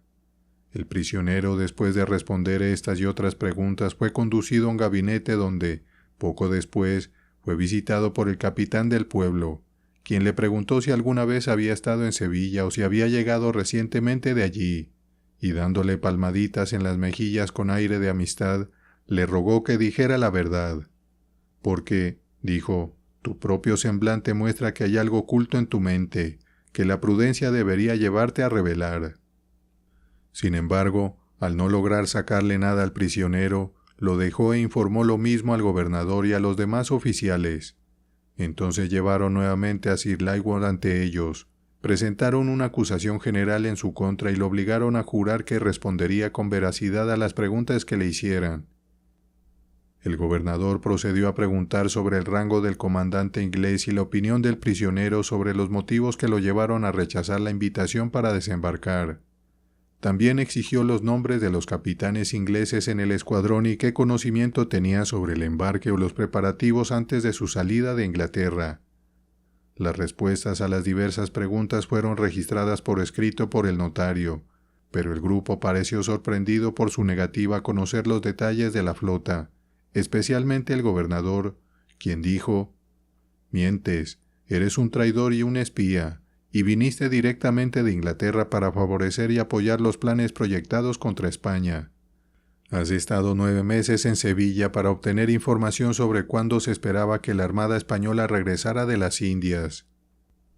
Lo acusaron de su familiaridad con los oficiales de la flota y otros caballeros ingleses, entre quienes, dijeron, había habido cortesías inusuales, aunque todas esas acciones habían sido cuidadosamente observadas.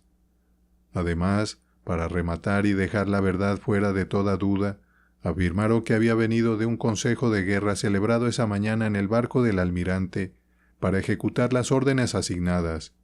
Lo reprocharon por ser cómplice de la quema de la isla de Santo Tomás en las Indias Occidentales. Por lo tanto, dijeron, estos luteranos, hijos del diablo, no merecen que se les crea lo que digan o juren. Fue en vano que Sr. Lightwood intentara refutar cada acusación y ganarse la confianza de sus jueces predispuestos. Rogó que le permitieran enviar a buscar su bolsa de viaje, que contenía sus documentos y podría demostrar su inocencia. Accedieron a esta petición pensando que revelaría algo que ignoraban. La bolsa fue traída, y al abrirla, encontraron entre otras cosas una licencia del rey Jacobo I, bajo el sello real, que indicaba la intención del portador de viajar a Egipto. Los españoles la trataron con gran desprecio. Los otros documentos consistían en pasaportes, testimonios de personas de alta posición. Sin embargo, todas estas credenciales parecieron confirmar en lugar de disipar las sospechas de los jueces, quienes, después de confiscar los papeles del prisionero, ordenaron que se lo llevara nuevamente. Mientras tanto, se celebró una reunión para decidir el lugar del confinamiento del prisionero. El alcalde o juez principal quería enviarlo a la prisión del pueblo, pero esto fue objetado, especialmente por el corregidor, quien le dijo en español: «Para evitar que sus compatriotas se enteren de su encarcelamiento, me haré cargo del asunto y responderé por las consecuencias». Así acordaron que lo mantendrían en secreto en la casa del gobernador. Una vez decidido esto, uno de los alguaciles se acercó al señor Lightwood y le pidió su dinero, con permiso para registrarlo. Como era inútil resistirse, el prisionero accedió, y el alguacil, después de quitarle 11 ducados de los bolsillos, lo dejó en camisa. Al revisar sus pantalones, encontró 2 bolsas de lona que contenían 137 piezas de oro. Inmediatamente el alguacil llevó el dinero al corregidor, quien, después de contarlo, ordenó que vistieran al prisionero y lo encerraran hasta después de la cena. Hacia la medianoche, el alguacil y 2 esclavos turcos sacaron al señor Lightwood de su encierro, solo para llevarlo a uno mucho peor. Lo condujeron por varios pasillos hasta una cámara en una parte remota del palacio, cerca del jardín, donde lo cargaron de cadenas y le extendieron las piernas con una barra de hierro de más de 1 metro de largo. El peso era tan grande que no podía estar de pie ni sentarse, sino que tenía que permanecer acostado boca arriba. Lo dejaron así por un tiempo, hasta que regresaron con un poco de comida, medio kilo de carne de cordero hervida, un pan y una pequeña cantidad de vino. Esta no solo fue la primera, sino también la mejor y última comida de este tipo durante su encierro en ese lugar. Después de entregarle los alimentos, el alguacil cerró la puerta y dejó a Sir Lightwood sumido en sus pensamientos. Al día siguiente, recibió la visita del gobernador, quien le prometió libertad y otros beneficios y confesaba ser un espía. Pero cuando el prisionero protestó su inocencia, el gobernador se fue furioso diciendo: «No lo veré de nuevo hasta que los tormentos lo obliguen a confesar». Ordenó al carcelero que no permitiera que nadie se acercara ni hablara con él, que su alimento no excediera de 3 onzas de pan mohoso y medio litro de agua cada 2 días, y que no se le permitiera tener cama, almohada ni manta. «Sellen la ventana de su habitación con cal y piedra», dijo. «Tapen los agujeros de la puerta con esteras dobles. No le den nada que se parezca al confort». Estas y otras órdenes similares tenían como objetivo evitar que los ingleses se enteraran de su situación. En este estado miserable y melancólico, el pobre Lightwood permaneció varios días sin ver a nadie. Durante ese tiempo, el gobernador recibió una respuesta a una carta que había escrito sobre el prisionero a Madrid, y siguiendo las instrucciones, comenzó a implementar las crueldades planeadas.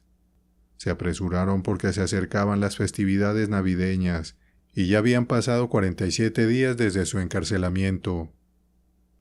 Alrededor de las 2 de la madrugada, escuchó el ruido de un carruaje en la calle y, poco después, el sonido de las puertas de la prisión abriéndose.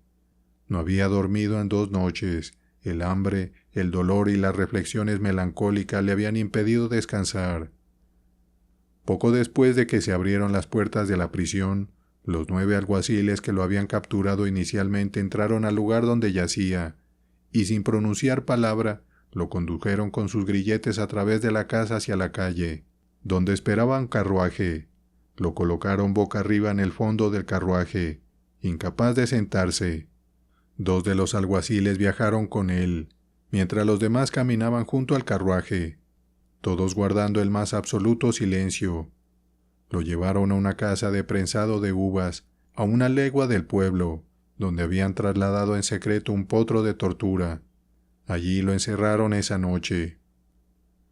Al amanecer del día siguiente, llegaron el gobernador y el alcalde. llevaron inmediatamente al señor Lightwood ante ellos para someterlo a otro interrogatorio. El prisionero pidió un intérprete, un derecho permitido a los extranjeros por las leyes del país, pero se lo negaron.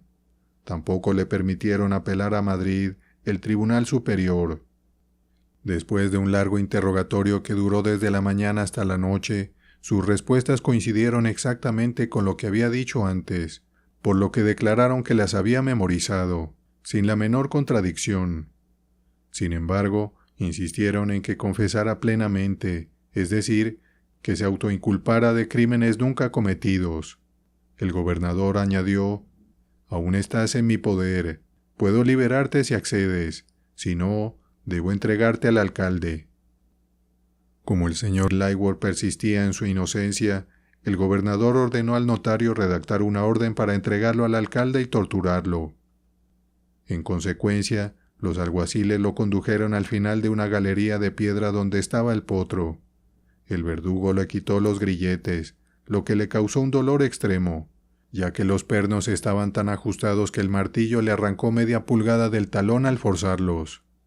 La angustia, sumada a su debilidad, no había comido en 3 días, lo hizo gemir amargamente.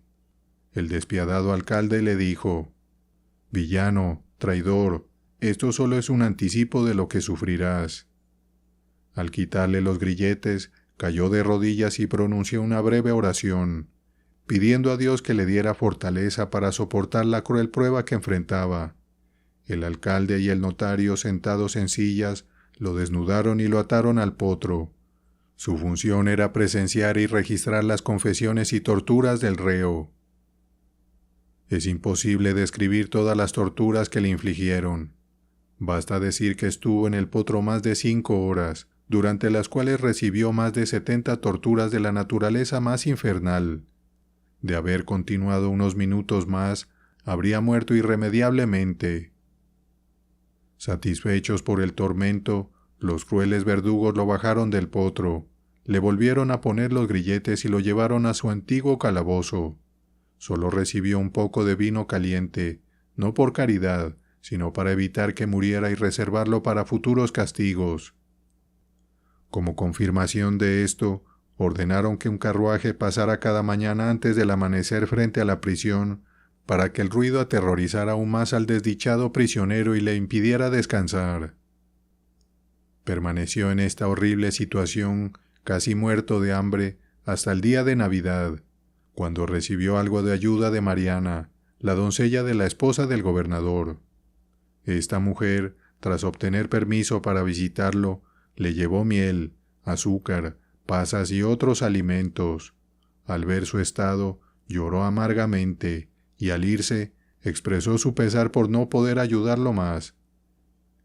En esta prisión repugnante, el pobre señor Lightwood fue devorado por parásitos que le infestaban la barba, los labios, las cejas, hasta el punto en que apenas podía abrir los ojos.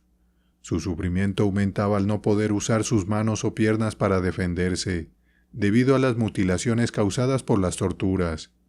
El gobernador, en su crueldad, incluso ordenaba que barrieran los parásitos sobre él 2 veces por semana. Sin embargo, un esclavo turco que lo atendía le brindó cierto alivio, eliminando los parásitos cuando podía y procurándole pequeños refrigerios. De este esclavo, el señor Lightwood recibió información que le hizo perder toda esperanza de ser liberado. Más bien, supo que moriría bajo nuevas torturas.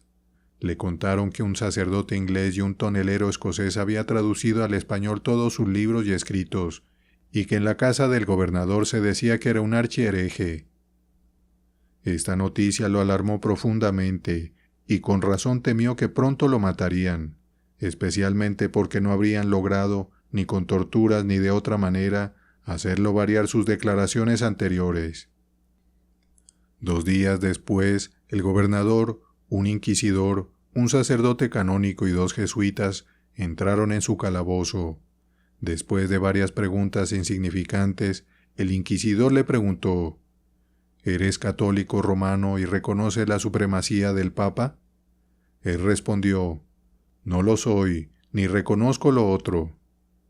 Añadió que le sorprendía tal pregunta, pues los tratados de paz entre Inglaterra y España estipulaban que ningún súbdito inglés podía ser sometido a la Inquisición ni molestado por diferencias religiosas. En la amargura de su alma usó palabras fuertes. Así como casi me han asesinado por una traición inventada, ahora quieren hacerme mártir por mi religión. También recriminó al gobernador por la ingratitud hacia el rey de Inglaterra, cuyo súbdito era, recordándole la humanidad mostrada hacia los españoles en 1588, cuando su armada naufragó en las costas escocesas y miles de españoles recibieron ayuda en lugar de perecer miserablemente. El gobernador admitió la verdad de sus palabras, pero respondió con arrogancia. El rey, que entonces solo gobernaba Escocia, actuó por miedo, no por amor, y no merece gratitud. Uno de los jesuitas añadió: no hay que guardar fe con los herejes. El inquisidor, levantándose, le dijo: fuiste capturado como espía, acusado de traición y torturado, aunque ahora reconocemos tu inocencia, como confirma el informe reciente de Madrid sobre las intenciones de los ingleses. Sin embargo, fue el poder divino quien te trajo estos castigos por burlarte del milagro de Loreto y por hablar irreverentemente del Santo Padre, el vicario de Cristo en la tierra. Por tanto, has caído justamente en nuestras manos.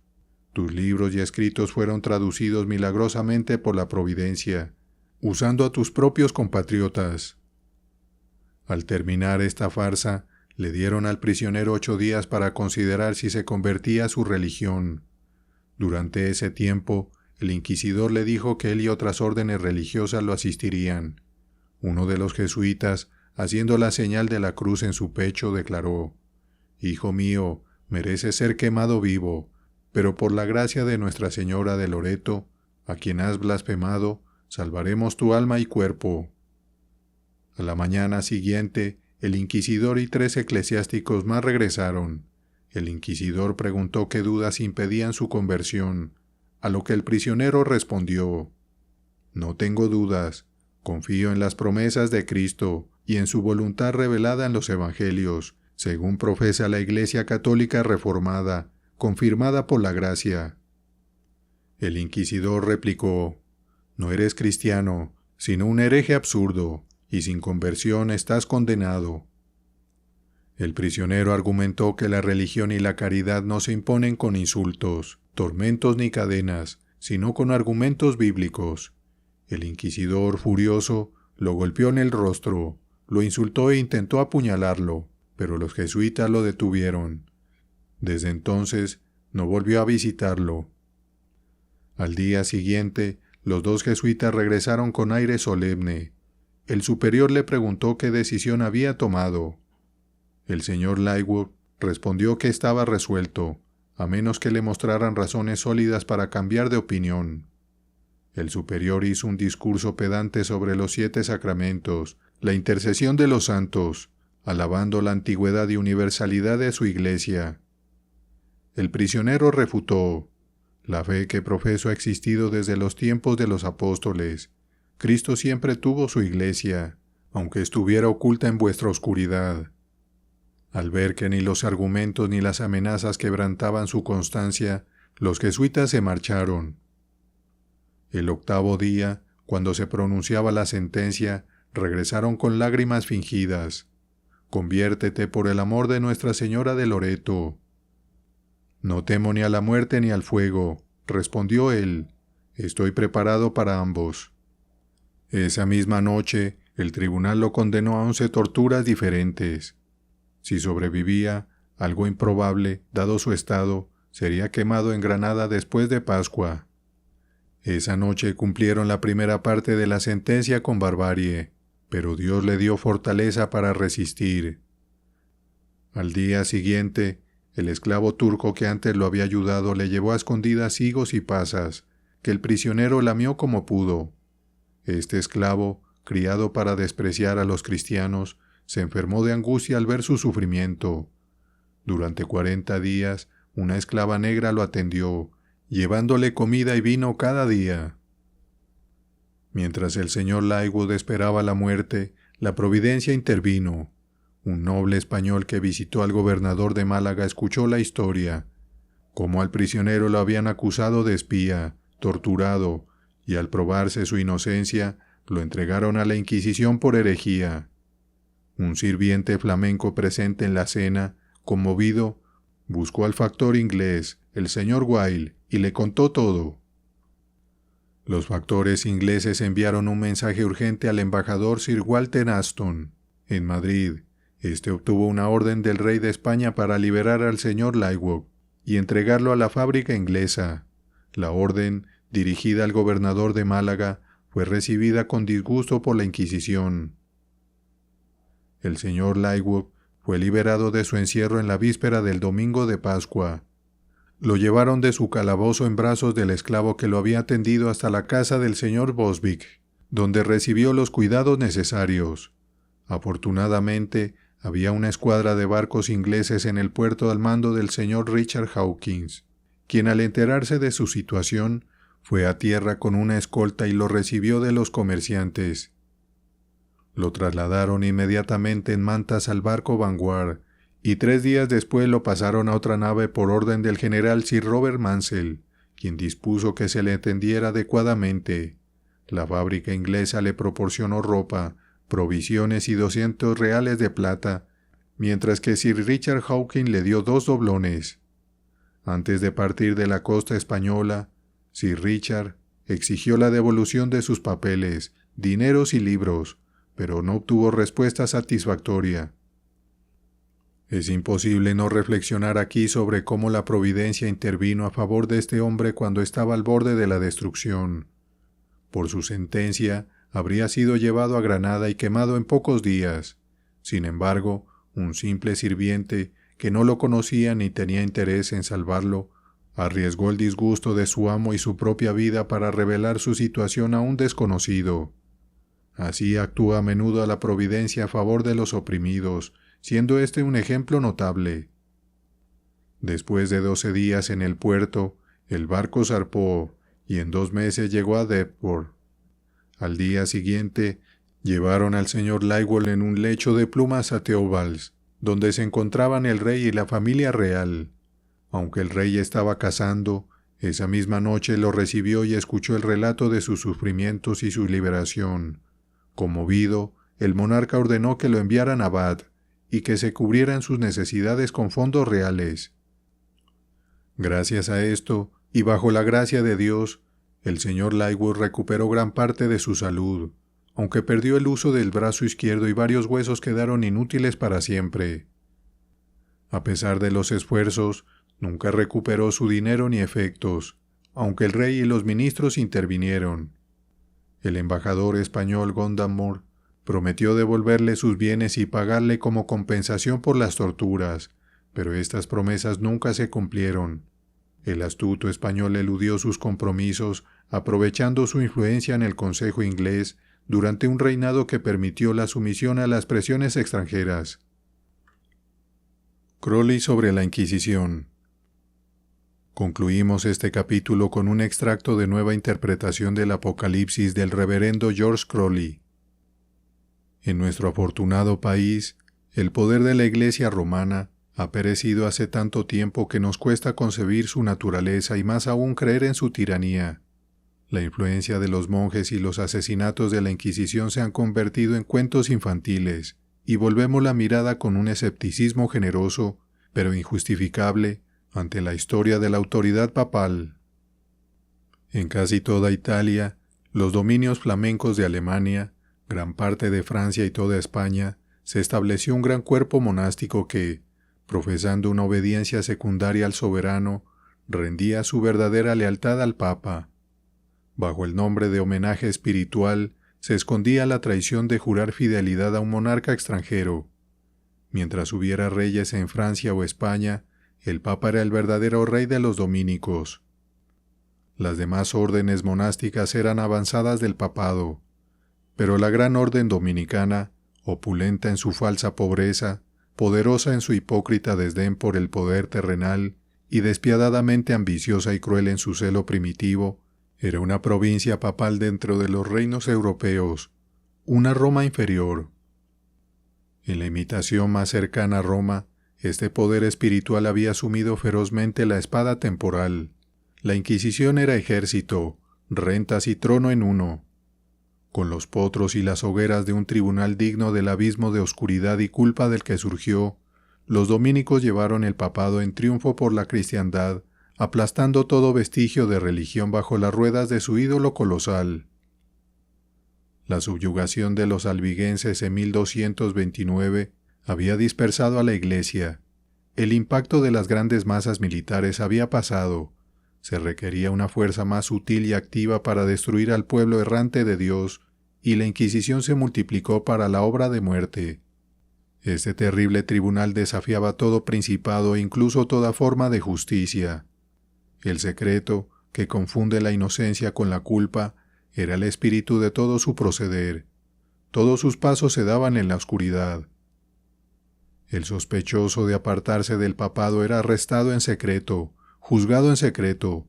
Nunca se le permitía ver el rostro de su acusador, testigo, defensor o amigo. Se le mantenía ignorante del cargo.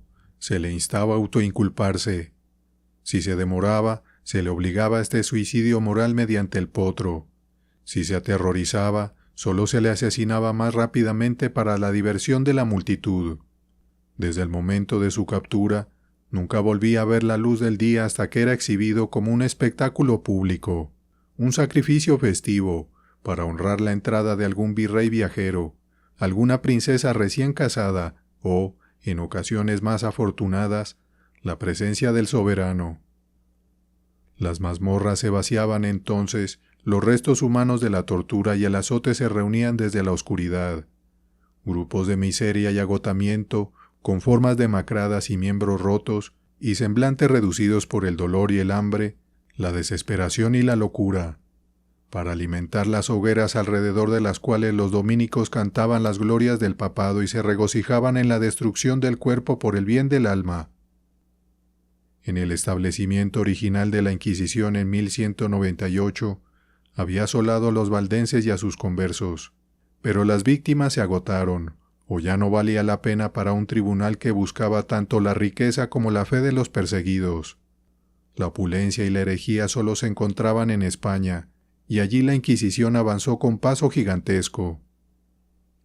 En las primeras convulsiones de la península, los judíos, gracias a sus hábitos comerciales y su mutua comunión, que aún los hacen señores del comercio, habían acumulado las mayores riquezas del país. El final de la guerra contra los moros en el siglo XV dejó al monarca español libre para la extorsión, y se apoderó de las ganancias judías con el espíritu de un ladrón, mientras perseguía su botín con la crueldad de un bárbaro. La Inquisición fue la gran máquina, el torturador integral, listo para exprimir por igual el corazón y el oro. En 1481 se emitió un edicto contra los judíos. Antes de fin de año, en la sola diócesis de Cádiz, 2000 judíos fueron quemados vivos. La caída del reino de Granada en 1492 arrojó a todos los moros españoles en manos del rey. Fueron arrojados al mismo horno de saqueo y tortura. Seguidas rebeliones desesperadas fueron derrotadas, y en 1609 finalmente exiliadas. En el espacio de 129 años, la Inquisición privó a España de 3 millones de habitantes. A la muerte de León X en 1521, Adriano, el inquisidor general, fue elegido papa. Había cimentado su fama papal en España. Según los cálculos más moderados, durante los 5 años del ministerio de Adriano, 24.025 personas fueron condenadas por la Inquisición, de las cuales 1.620 fueron quemadas vivas. Es el sofisma constante de quienes quieren entregar al cristianismo maniatado a merced de sus enemigos que el Papa no desea interferir en los asuntos internos de los reinos, que, si lo deseara, no tiene el poder, y que, si tuviera el poder, sería resistido por todo el clero nacional. Para exponer esta ilusión traicionera, debemos mirar a los tiempos en que el papado quiso desplegar su fuerza, no al presente, cuando quiere adormecernos con la creencia de su coherencia con la Constitución, desafiando el sentido común, la experiencia el espíritu de la ley británica y las advertencias de una religión insultada y en peligro. De las multitudes que perecieron por la Inquisición en todo el mundo, no se encuentra ahora ningún registro auténtico, pero dondequiera que el papado tuvo poder, allí estuvo el tribunal. Se había plantado incluso en Oriente, y la Inquisición portuguesa de Goa se alimentó, hasta hace pocos años, de muchas agonías.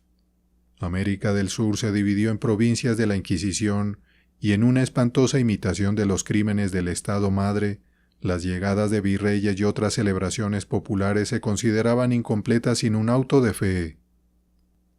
Los Países Bajos fueron un escenario de masacre desde el decreto que estableció la Inquisición entre ellos. En España, el cálculo más alcanzable. Cada uno de los 17 tribunales, durante un largo periodo, quemó anualmente en promedio a 10 seres miserables.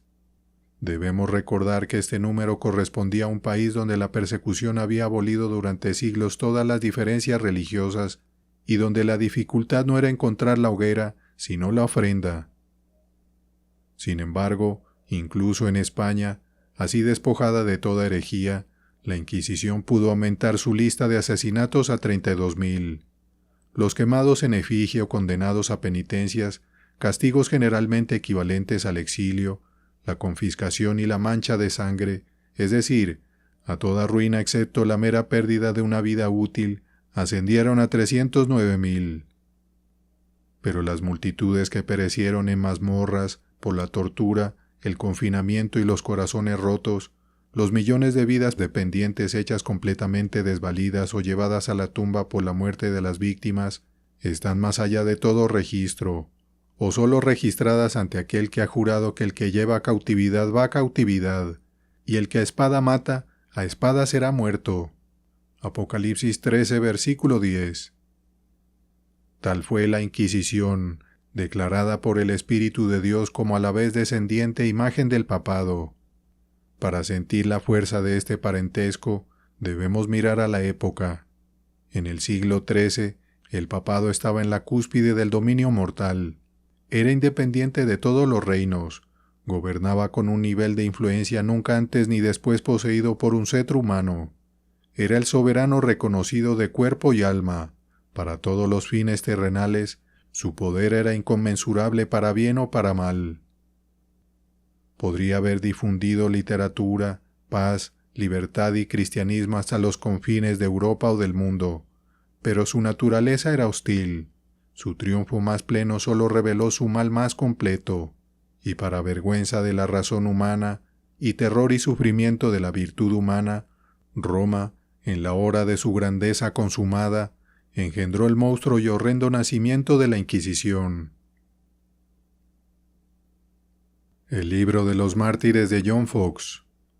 Tercera parte. Relato de la Inquisición. Colgado en el madero.